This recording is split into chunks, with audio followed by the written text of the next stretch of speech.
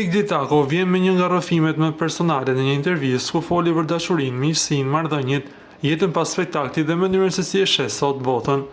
Ajo tregoi se askush nuk mund ta kuptojë se çfarë ndodh brenda shtëpisë nëse nuk e ka përjetuar vetë.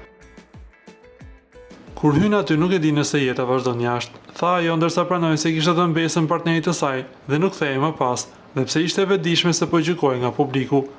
Gjatë intervistës Egdi Tako foli dhe për mënyrën se si e percepton dashurinë në ditët e sotme. Sot njerëzit nuk po dashohen me njeriu, nuk të japin kohën. Në marrëdhënie vajza si lejohet të jetë me përgathelur, në një lidhje vajza do të jetë princesha, jo mashkulli.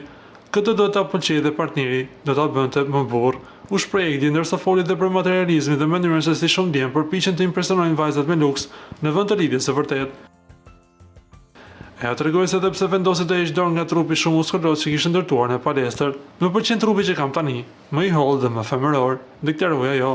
E pyetur për jetën sentimentale, Egdi pranoi se i mungon të ketë një partner, sidomos në fundjavë, por shtoi se nuk do të pranonte një lidhje që nuk e bën më të lumtur.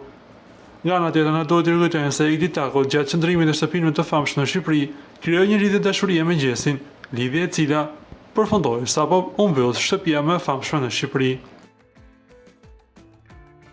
Para se të ndiqni lajmin, ju lutem klikoni tek butoni subscribe për të marrë të rejat më të fundit nga showbizi shqiptar.